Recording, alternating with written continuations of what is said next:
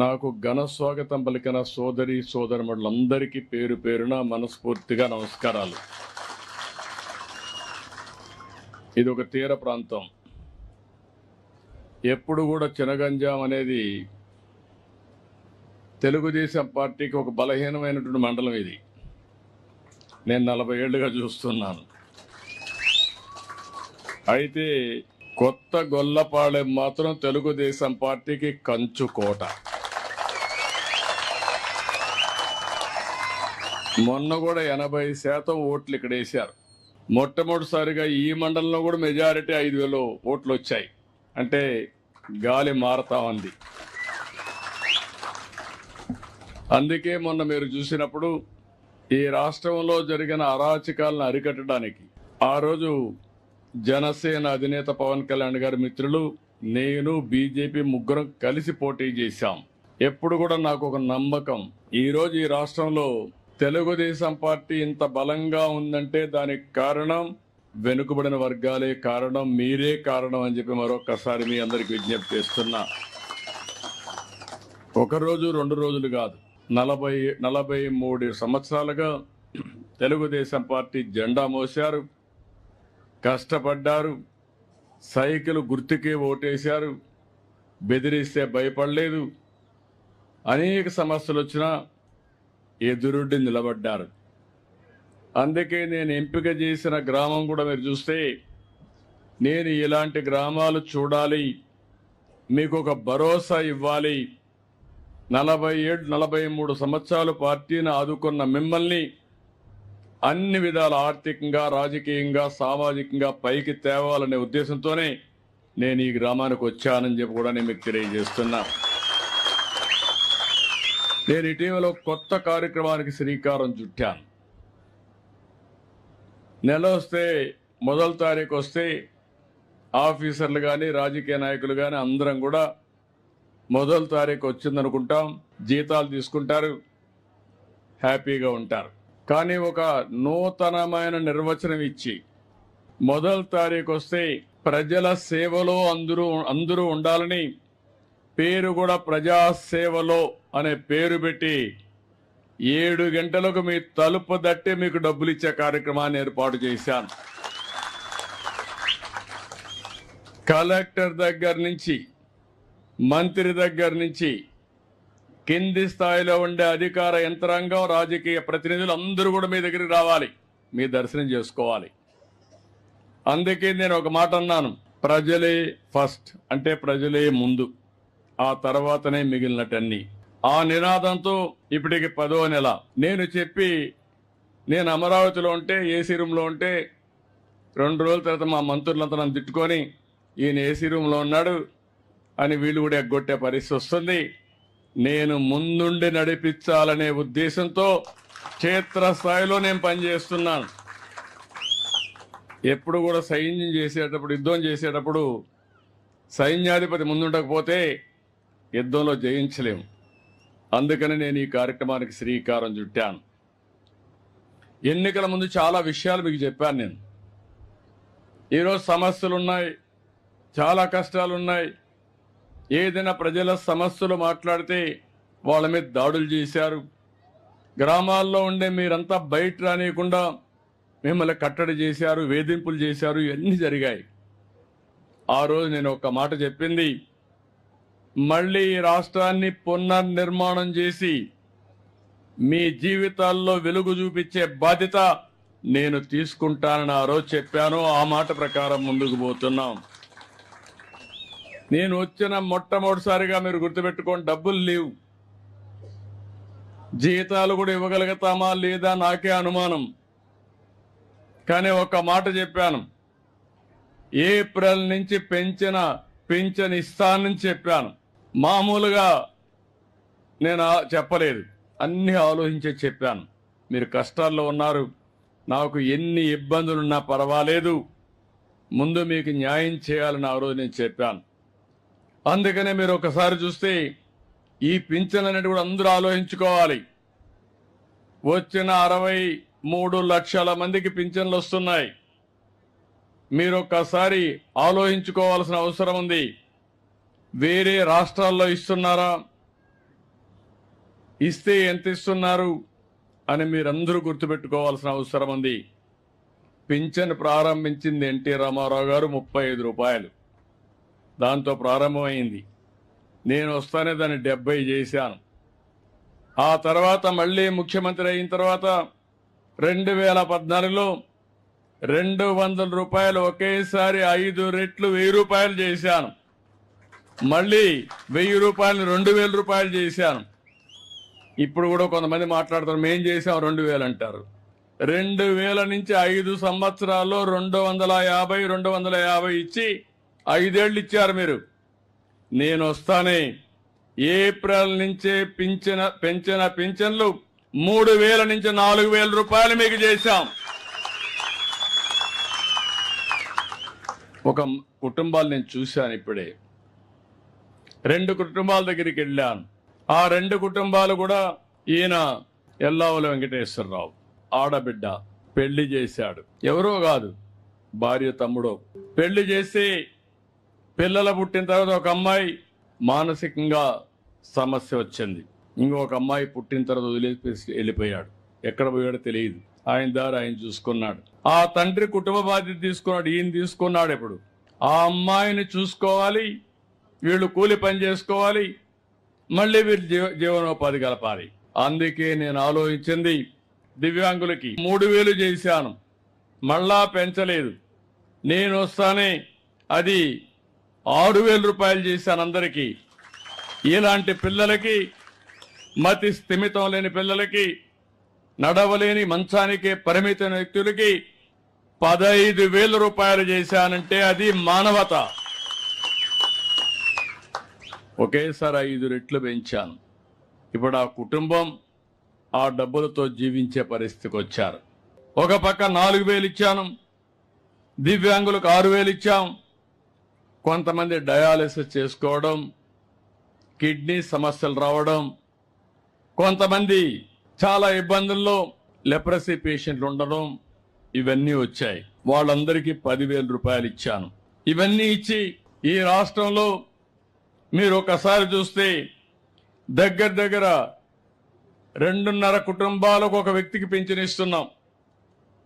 1,50,00,000 కుటుంబాలుంటే 64 లక్షల పింఛన్లు ఇస్తున్నామంటే ఆవరేజ్న 2.5 కుటుంబాలకు ఒక పింఛన్ ఇచ్చిన ఘనత తెలుగుదేశం ప్రభుత్వాన్ని చెప్పి కూడా ఎన్డీఏ ప్రభుత్వాన్ని. అది కూడా మీరు ఒకసారి చూస్తే మీ ఆదాయానికంటే సమానంగా ఒకసారి ఎక్కువ ఆదాయం వచ్చే పరిస్థితి వచ్చింది. 4,000 అంటే 12 × 4 48,000. మీ ఎకరా సేద్యం చేసి ఎంత వస్తుందో ఆలోచించండి. సంవత్సరం మొత్తం కూలి చేసినంత రాదు. అలాంటిది నేను ఆలోచించింది పేదవాళ్ళకు అండగా ఉండాలనే ఉద్దేశంతో ఈ కార్యక్రమానికి శ్రీకారం చుట్టాం. ఈ ఒక్క కార్యక్రమంలో 33,100 కోట్ల రూపాయలు ఖర్చు అవుతుంది. భారతదేశంలో ఎక్కడా లేదు. ఒకప్పుడు బటన్ నొక్కారన్నారు, మీ బటన్లన్నీ నా పింఛన్తో సమానం అని చెప్పి మరొక్కసారి మీకు అందరికీ తెలియజేస్తున్నా. ఇంకో పక్కన మీరు ఒకసారి చూస్తే నెలకు 2,722 కోట్ల రూపాయలు మీ ఇంట్లోకి వస్తుంది నెల అన్ని గ్రామాల్లో. కొంతమంది పింఛన్ తీసుకోవడానికి బయట పోతారు, ఏదో కూలి పనులకో బంధువుల ఇంటికి వెళ్ళిపోతారు. వాళ్ళు మళ్ళీ నెల పింఛన్ కోసం రావాలి. రాకపోతే ఇచ్చే పద్ధతే లేదు. అందుకే నేను ఆలోచించాను, అలాంటి వారికి 1 నెల రాకపోతే 2వ నెల తీసుకోండి, 2 నెలలు రాకపోతే 3వ నెల కూడా తీసుకునే అవకాశం ఇచ్చాను. ఈరోజు మీరు చూసినప్పుడు దగ్గర 2 నెలలు తీసుకున్న వాళ్ళు 93,324 మంది ఉన్నారు. నేను మిగలబెట్టుకోవాలంటే 76 కోట్లు మిగులుతుంది నెలకి. కాదు, పేదవాడికి అండగా ఉండాలని అదనంగా 76 కోట్ల రూపాయలు నెలకు మీకు ఇస్తున్నానంటే అది పేదవాళ్ళ పట్ల అభిమానం. ఇంకో పక్కన మీరు చూస్తే 3 నెలలు తీసుకొని 16,000 ఉన్నారు, వాడుకో 14 కోట్లు ఇస్తున్నాం. వీళ్ళు కాకుండా భార్య భర్త ఉంటారు. భర్తకు పింఛన్ వస్తుంది, భార్యకు రావడం లేదు. భర్త చనిపోతే పింఛన్ ఇవ్వకుండా పోతే అనాథయ్యే పరిస్థితి వస్తుంది. భర్త చనిపోయిన వెంటనే భార్యకు పింఛన్ ఇచ్చే విధానానికి శ్రీకారం చుట్టామని చెప్పి కూడా నేను మీకు తెలియజేస్తున్నాను. ఆటోమేటిక్గా ఇస్తున్నాం. రెండవది, మీరు ఒక్కసారి గుర్తుపెట్టుకోవాల్సింది, ఈరోజు పింఛన్లు మీ ఇంటికి పంపిస్తున్నాను. 7 గంటలకే పంపిస్తున్నాం. మళ్ళీ టెక్నాలజీలో అనుసంధానం చేస్తున్నాను.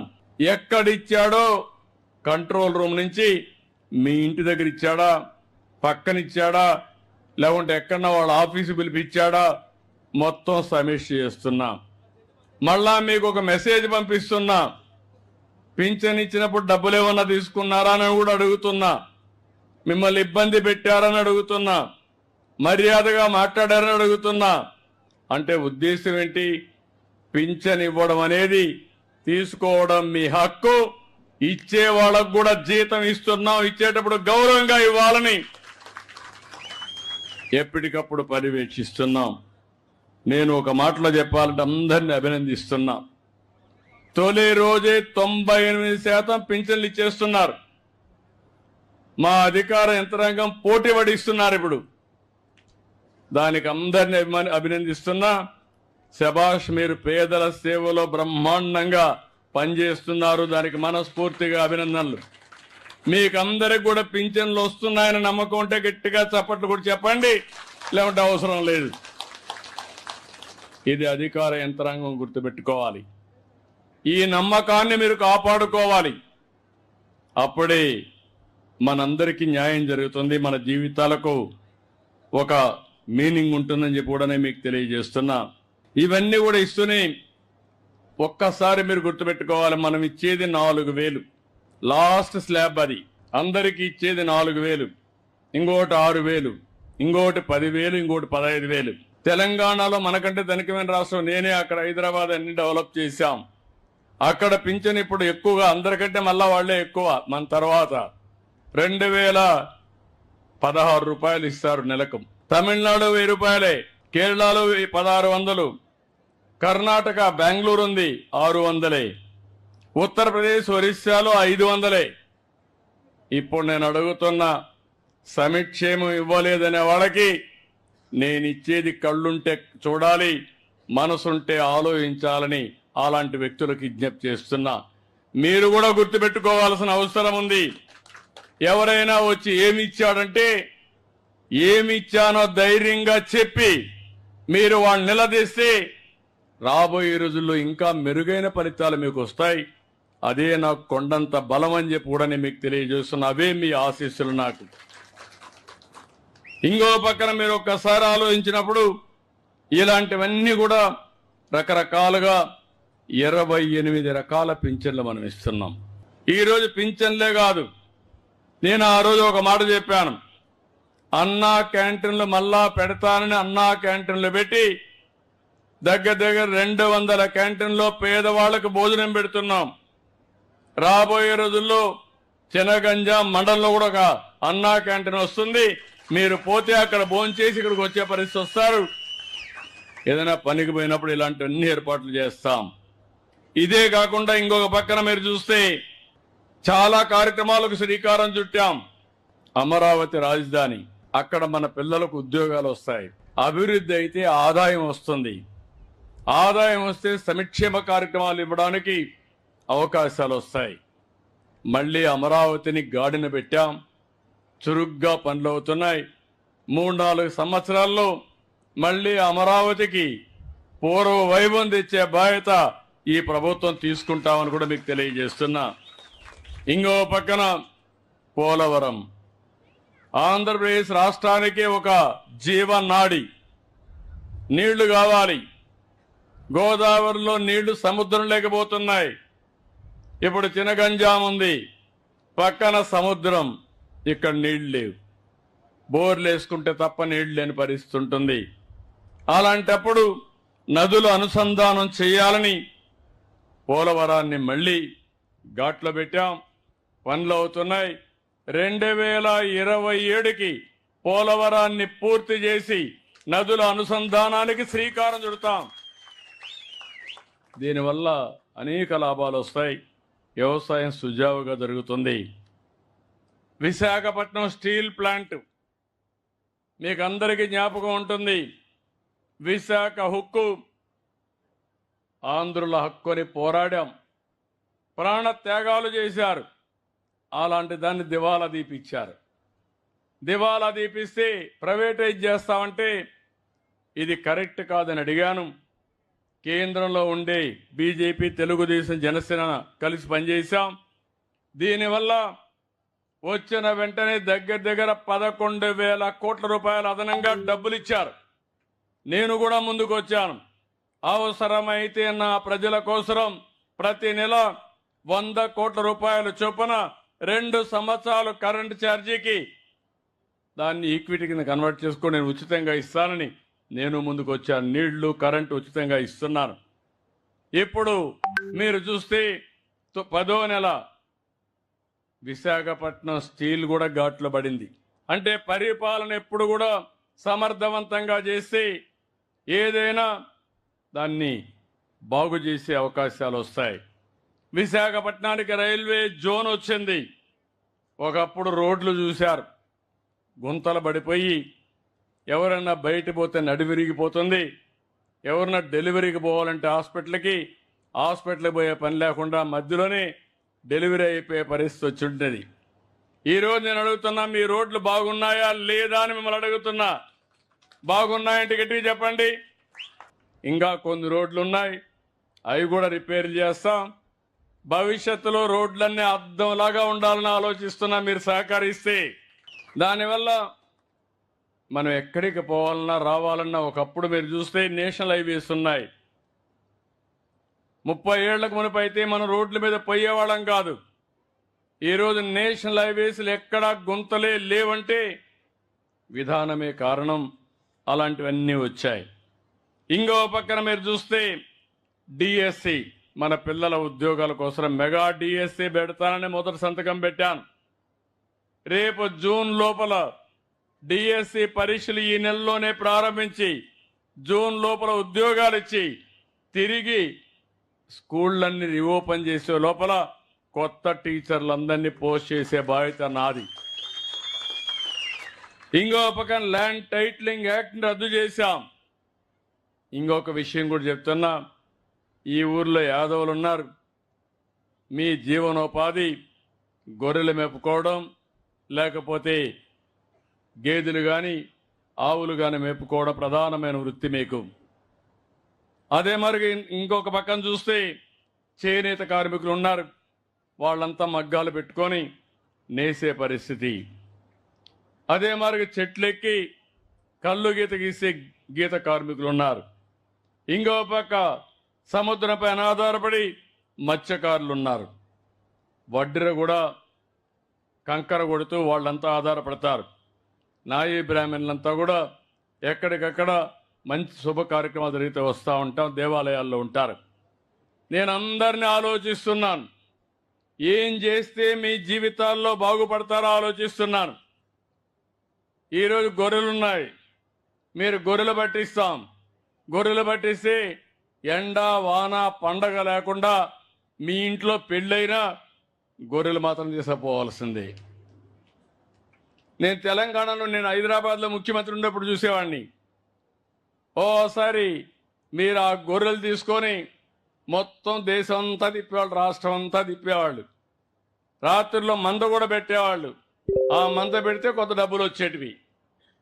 అవన్నీ చూసిన తర్వాత ఈరోజు, ఒకప్పుడు ఆవులు కూడా ఇట్నే మేపాం.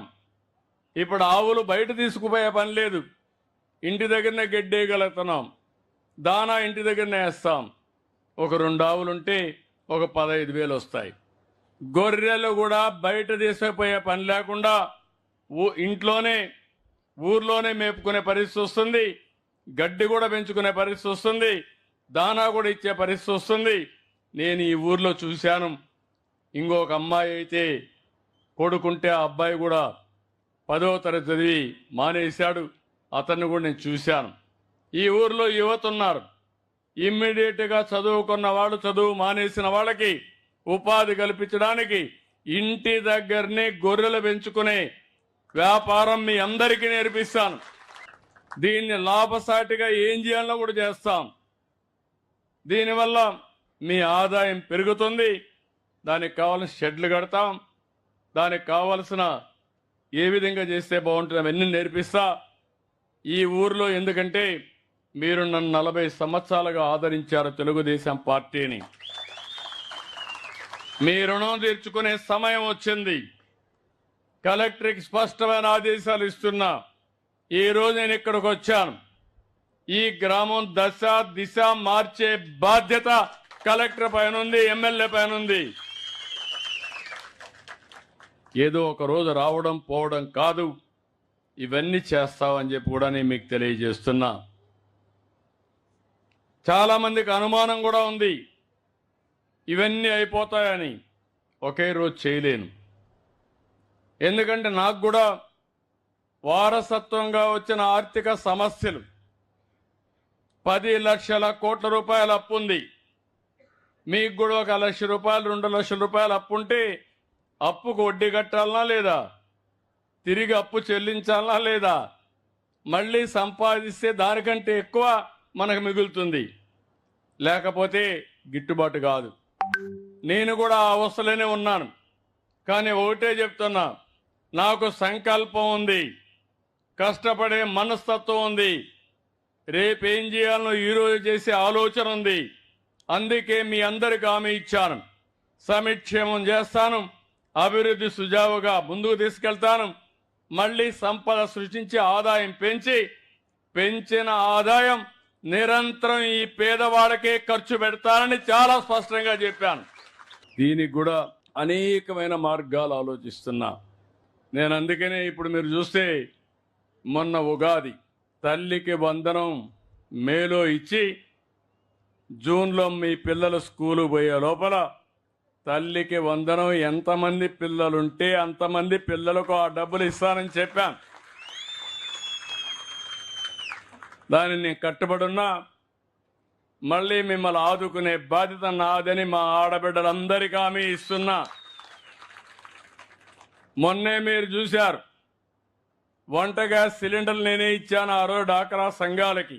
మొన్ననే మళ్ళీ మీరు ఆ వంట గ్యాస్ సిలిండర్లు కూడా ఆటకెక్కిస్తే ధరలు పెరిగిపోయినాయని 3 సిలిండర్లు ఇస్తారని హామీ ఇచ్చాను. దీపం 2 కింద అప్పుడే 1 సిలిండర్ ఇచ్చా. ఇప్పటి నుంచి 4 నెలలకు ఒకసారి మీకు సిలిండర్లు ఇచ్చే బాధ్యత నాదని మీ అందరికీ హామీ ఇస్తున్నా.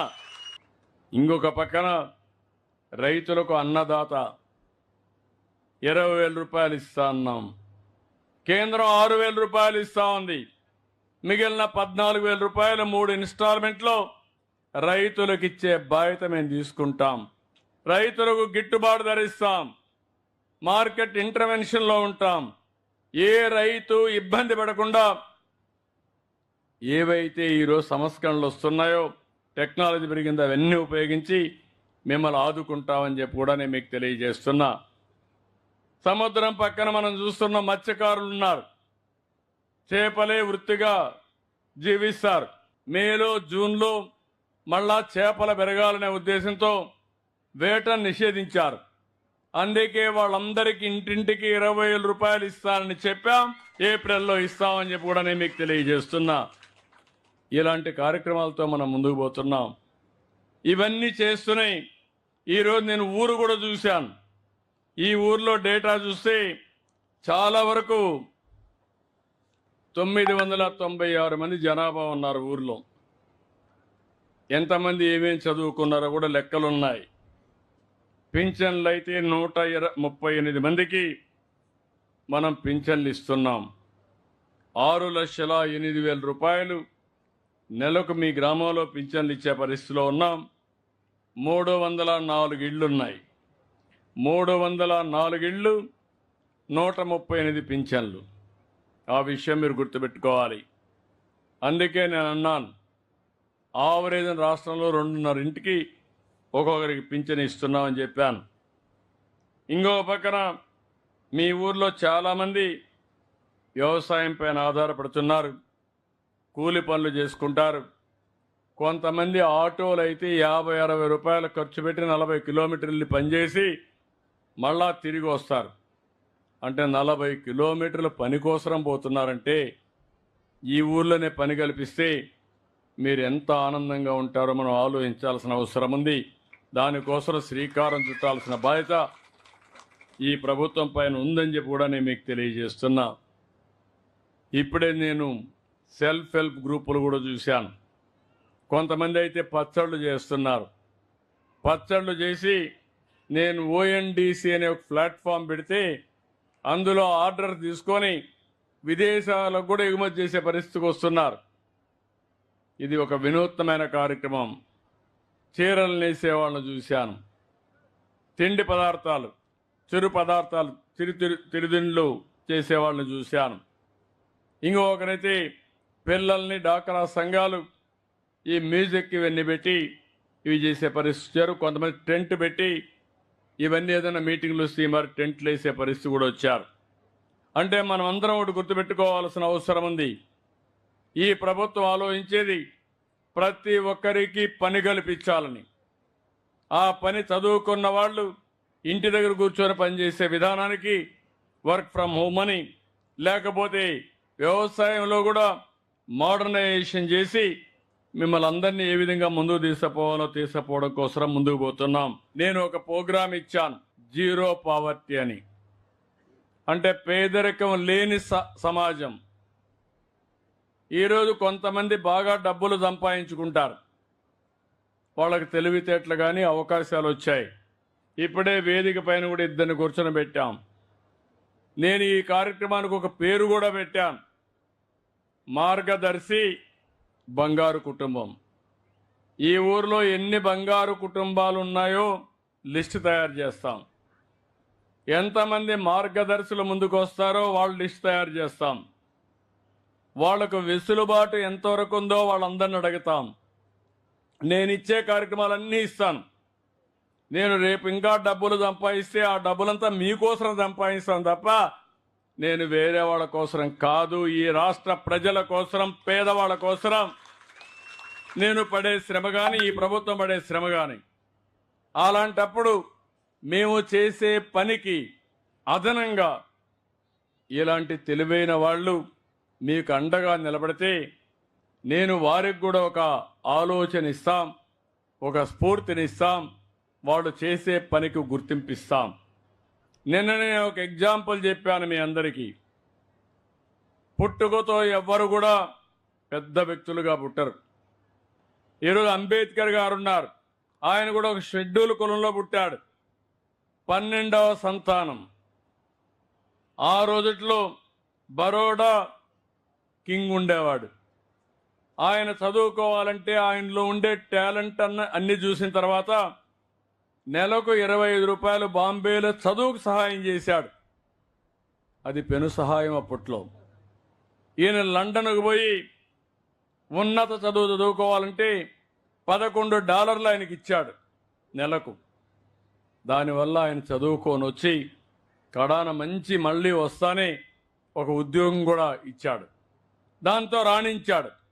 రాణించి భారతదేశానికి ఒక రాజ్యాంగం రాసి భవిష్యత్తులో పేదవాళ్ళ జీవితాలు ఏ విధంగా బాగుపడాలనో స్పష్టంగా రాజ్యాంగంలో పొందుపరిచిన వ్యక్తి అంబేద్కర్ అని చెప్పి కూడా నేను మీకు తెలియజేస్తున్నా. నేను ఎందుకు ఆ మాట వాడానంటే ఆ రోజు ఒకరి సహాయం వల్ల ఆయనకు ఎంతో పైకి రావడానికి దోహదమైంది. అబ్దుల్ కలాంను మీరు విన్నారు. ఒక పేద వ్యక్తి. ఆ పేద వ్యక్తికి ఒక అయ్యర్ అనే ఒక బ్రాహ్మణు ఎక్కడైతే రామేశ్వరంలో అండగా నిలిచాడు. ఆ రోజు బ్రాహ్మిన్స్ అనేవాళ్ళు కింద నుండే వాళ్ళు చూడకపోతే కాదు, ఈయనలో మంచి గుణాలున్నాయి, ఈయన్ని చదివిస్తే పైకి వస్తాడని శిష్యుడిగా చేర్చుకొని చదివించాడు. బ్రహ్మాండంగా దేశానికి గర్వకారణంగా అబ్దుల్ కలాం తయారయ్యే పరిస్థితికి వచ్చారు. ఈరోజు మన ప్రియతమ నాయకుడు ఎన్టీ రామారావు గారు ఉన్నారు. ఆయన మారుమూల క్రమంలోనే మనమారిగానే పుట్టి ఒక చరిత్ర సృష్టించాడంటే, ఒక యుగ పురుషుడు అయ్యాడంటే ఆయన వెనకాల కూడా చాలా మంది ఉన్నారు. నేను అందుకనే మీ అందరినీ కోరుతున్నాను, ఈరోజు నేను తీసుకొచ్చిన డబ్బుల కోసమే కాదు, సరైన సమయంలో సరైన సలహా ఇస్తే ఆ సలహా మీరు అవలంబిస్తే మీ జీవితాలే మెరుగవుతాయి, మీ జీవితాల్లో మార్పు వస్తుంది. నేను డాక్రా సంఘాలు పెట్టాను, 25 సంవత్సరాల కంటే ముందు పెట్టాను. ఈరోజు వాళ్ళ దగ్గర ఒక 35,000 కోట్ల రూపాయలు పొదుపు ఉంది. నేనే నేర్పించాను, రూపాయి మీరు పొదుపు చేయండి, నేను రూపాయి ఇస్తానన్నా. అంచెలంచెలుగా ఎదిగింది, బ్రహ్మాండమైన వ్యవస్థగా తయారైంది. ఇప్పుడు భారతదేశానికి ఒక ఆదర్శంగా తయారయ్యే పరిస్థితి వచ్చింది. ఈ సందర్భంలో ఒకటే మిమ్మల్ని కోరుతున్నాను, నా ఆలోచన, నా జీవితాశయం ఒకటే, పేదరికం లేని సమాజాన్ని చూడాలనేది నా జీవితాశయంగా ఎంపిక చేసుకున్నాను. పైనుండే 10% లేకపోతే 45% మనం తీసుకునే నిర్ణయాల వల్ల పైకి వస్తారు. చాలామంది వ్యవసాయంలో మంచి పాలసీ తీసుకొస్తే వ్యవసాయంలో ఉండే అందరూ పైకి వస్తారు. అదే సమయంలో ఒక 10-20% ప్రజలు ఏం చేయాలో తెలియకుండా, సరైన సమయంలో అండ లేకుండా అక్కడే మిగిలిపోతున్నారు. అలాంటి వారికి చేయూతనివ్వాలనే ఉద్దేశంతో నేను ఈ కార్యక్రమానికి శ్రీకారం చుట్టా. ఇది ప్రధానమైన ఉద్దేశం. టాప్లో ఉండే 10% మార్గదర్శకులుగా ఉంటారు, కింద నుండే 20% బంగారు కుటుంబాలుగా ఉంటాయి. ఇద్దరూ కలిసి ఒక పద్ధతి ప్రకారం అభివృద్ధి చేస్తే వాళ్ళ జీవితాల్లో ఒక వెలుగు వస్తుంది. అది చేయించడానికి నేను ప్రయత్నం చేస్తున్నా. ఈరోజు ఏం చేస్తారో వాళ్ళు చెప్తారు, ఏం కావాలన్నా బంగారు కుటుంబాలు చెప్తాయి.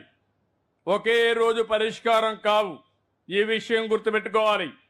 మీకు ఆరోగ్యం బాగాలేకపోతే డాక్టర్ దగ్గరికి పోతే ఒకే రోజు పరిష్కారం కాదు. చిన్న సమస్య అయితే, తలకాయ నొప్పి ఉంటే ఏదో మందులు ఇచ్చి పంపిస్తే తలనొప్పి పోతుంది. కానీ ఓసారి కొన్ని సమస్యల్ని పరిష్కారం చేయాలంటే చాలా రోజులు పట్టచ్చు, కడాన ఆపరేషన్ కూడా పట్టచ్చు. అదేవిధంగా మీ జీవితాల్లో మార్పు రావాలంటే ఒక పద్ధతి ప్రకారం నేను ఒకే నిర్దిష్టమైన ఆలోచన పెట్టుకున్నాను. 2029 ఈ రాష్ట్రంలో జీరో పావర్టీ చూడాలనేది నా లక్ష్యం. ప్రతి ఒక్కరికి కనీస ఆదాయం ఉండాలి. ఉదాహరణకి ఈరోజు రాష్ట్రంలో 2,95,000 రూపాయల తలసరి ఆదాయం, 2029కి 5,60,000 రూపాయలు తలసరి ఆదాయం అవుతుంది. 2047 ఈ రోజు నుంచి 23 సంవత్సరాల్లో 55 లక్షల రూపాయలు తలసరి ఆదాయం అవుతుంది. నేను ఇవన్నీ చెప్తే నన్ను నవ్వారు ఒకప్పుడు హైదరాబాద్లో, ఇవన్నీ అవుతాయా అని. సెల్ ఫోన్ అంటే అందరూ నా పక్కన చూసి సెల్ ఫోన్ ఎవడికి కావాలన్నారు. ఇప్పుడు మీరందరూ సెల్ ఫోన్ లేకపోతే ఉండే పరిస్థితి లేదు. గొర్రెలు ఎక్కడికి పోయినా, మనం కూడా పోయినా సెల్ ఫోన్ మాత్రం మనతోనే ఉంటుంది. కూలి పనికి పోయినా సెల్ ఫోన్ ఉంటుంది. అంటే మనకు నిత్యావసర వస్తువుగా తయారయ్యే పరిస్థితి వచ్చింది. అందుకే నేను మిమ్మల్ని అందరినీ కోరుతున్నాను, ఈ గ్రామంలో నేను చూశాను కొన్ని సమస్యలు కూడా ఉన్నాయి. ఈ గ్రామంలో నేను చూసినప్పుడు 304 ఇండ్లున్నాయి. దగ్గర ఒక 17 మందికి మరుగుదొడ్లు లేవన్నారు, 13 మందికి ఇండ్లు లేవన్నారు. ఇంకా పింఛన్లు కావాల్సిన వారు అర్హత ఉంటే 30 మంది అన్నారు. రేషన్ కార్డు ఒకటి కావాలన్నారు, కరెంటు 4 కావాలన్నారు. ఇవన్నీ కూడా ఇమ్మీడియట్గా శాంక్షన్ చేయమని కలెక్టర్కి ఆదేశాలు ఇస్తున్నాను. అవన్నీ శాంక్షన్ చేస్తారు. ప్రతి ఇంటికి 2 సెంట్లు కానీ 3 సెంట్లు, పట్టణ ప్రాంతాల్లో అయితే 2, గ్రామీణ ప్రాంతాల్లో 3 సెంట్లు ఉండాలని నిర్దిష్టమైన ఆదేశాలు ఇచ్చాను.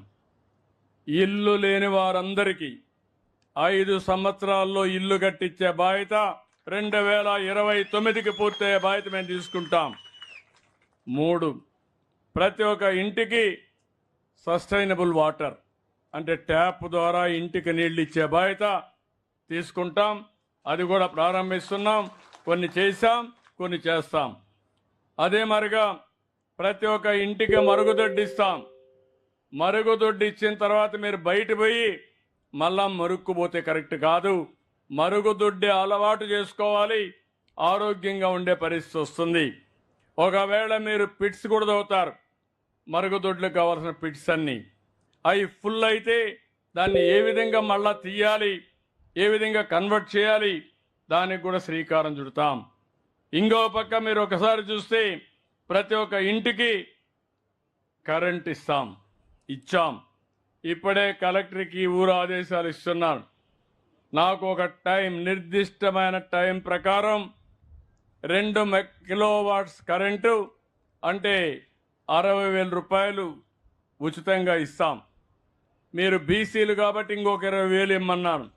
దానికి ఎంత అవుతుందో మిగిలింది పెట్టుకుంటే మీ అందరి ఇండ్లకు ఇంకా రాబోయే రోజుల్లో కరెంటు ఛార్జీలు కట్టకుండా తిరిగి కరెంట్ ఇస్తే మీకు ఆదాయం వచ్చే పరిస్థితి వస్తుంది. గ్యాస్ కనెక్షన్లు అందరికీ ఇచ్చాం.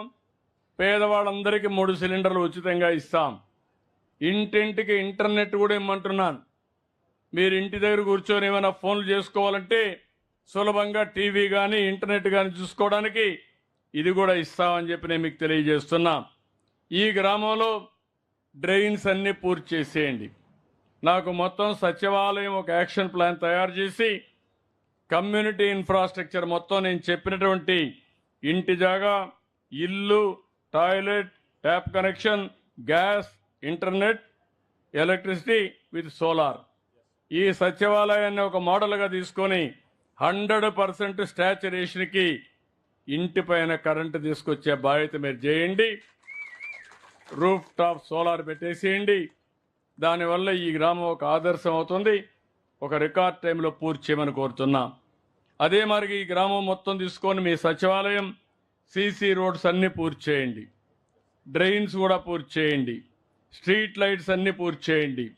ఇక్కడ చెత్త కలెక్ట్ చేసిన తర్వాత దాన్ని కన్వర్ట్ చేసే కేంద్రం లేదు, దాన్ని కూడా పెట్టి దాన్ని కూడా పూర్తి చేయండి. వేస్ట్ మేనేజ్మెంట్ కానీ ఈ 2 కూడా చేయండి. దీన్ని ఒక ఆదర్శంగా మీరు నాకు ఒక టైం బౌండ్ ప్రోగ్రాం పెట్టుకొని పూర్తి చేయండి. మళ్ళీ నెలవారీగా రిపోర్ట్ తెప్పిస్తా. అన్నీ పూర్తయ్యే వరకు నేను అండగా మీకుంటానని చెప్పి నేను మీకు తెలియజేస్తున్నా. ఇంటికి కావలసిన 7 అవసరాలు ఇస్తున్నాను. ఊరికి కావలసిన అన్ని అవసరాలు తీరుస్తాం. స్కూల్ బిల్డింగు, కమ్యూనిటీ బిల్డింగ్లు అన్నీ వచ్చేస్తాయి. నేను ఇప్పుడే చూశాను, మీ ఊర్లో దేవాలయం కట్టారు, బ్రహ్మాండంగా కట్టారు. మీ ఊర్లో ఉండే పెద్ద గొల్ల అక్కడ పూజ చేసి నన్ను మనస్ఫూర్తిగా ఆశీర్వదించాడు, కొబ్బరికాయ కొట్టించాడు. ఆయన ఆశీస్సులు తీసుకొని నేను ఇక్కడికి వచ్చాను, దేవుడు ఆశీస్సులు తీసుకొని. దేవాలయం బ్రహ్మాండంగా కట్టారు. ఎట్లా కట్టారంటే మీ దగ్గర డబ్బులు వేసుకున్నారు, దాతల దగ్గర డబ్బులు తీసుకున్నారు. దేవాలయాన్ని మాత్రం, దేవుణ్ణి మాత్రం బ్రహ్మాండంగా చూసుకొని ఎమ్మెల్యే డబ్బులు కూడా కొంత ఇచ్చాడు, సహకరించాడు. అందరూ కలిసి బ్రహ్మాండమైన దేవాలయం కట్టారు. దేవాలయం అయింది, ప్రజలే దేవుళ్ళు. మీ దేవాలయాన్ని కూడా, మీ ఇల్లును కూడా బాగు చేసే బాధ్యత మాదని మీ అందరికీ విజ్ఞప్తి చేస్తున్నా. ఆ దేవాలయాన్ని కట్టడానికి 10 మంది సహకారం తీసుకున్నాం, అవునా కాదా? కట్టినాక ఈరోజు మీకు అందరికీ ఆనందంగా ఉందా లేదా? వాళ్ళందరికీ మీరు కృతజ్ఞతగా ఉన్నారా లేదా? అదే నేను ఆలోచిస్తున్నా. ఈ పేదవాళ్లే దేవుళ్ళు, సమాజమే దేవాలయం. ఇది చెప్పింది నందమూరి తారక రామారావు గారు. అందుకే నేను ఆలోచించేది 2029కి జీరో పావర్టీ, పేదరికం లేని సమాజం. ఆ తర్వాత మెరుగైన జీవన ప్రమాణాలకు మళ్ళీ పెంచుతాం. దాని తర్వాత బెస్ట్ లివింగ్ స్టాండర్డ్స్ ఇవ్వడానికి ఏమేం చేయాలో చేసుకుంటా పోతాం. నా ఉద్దేశం ఒకటి, సంపద అనేది కొంతమందికి పరిమితం కాకూడదు. అవసరమైన ప్రతి ఒక్కరికి ఆ సంపద ఉండాలి. మీ జీవన ప్రమాణాలు మెరుగ్గా ఉండాలి. మీ పిల్లల్ని బాగా చదివించాలి. మీ ఆరోగ్యం బాగుండాలి. మీరు ఉండే ఇల్లు బాగుండాలి, మీరు తినడానికి కూడా ఇబ్బంది లేకుండా ఉండాల్సిన బాధ్యత, చేయాల్సిన బాధ్యత ఈ ప్రభుత్వానికి ఉందని చెప్పి కూడా నేను మీకు తెలియజేస్తున్నా.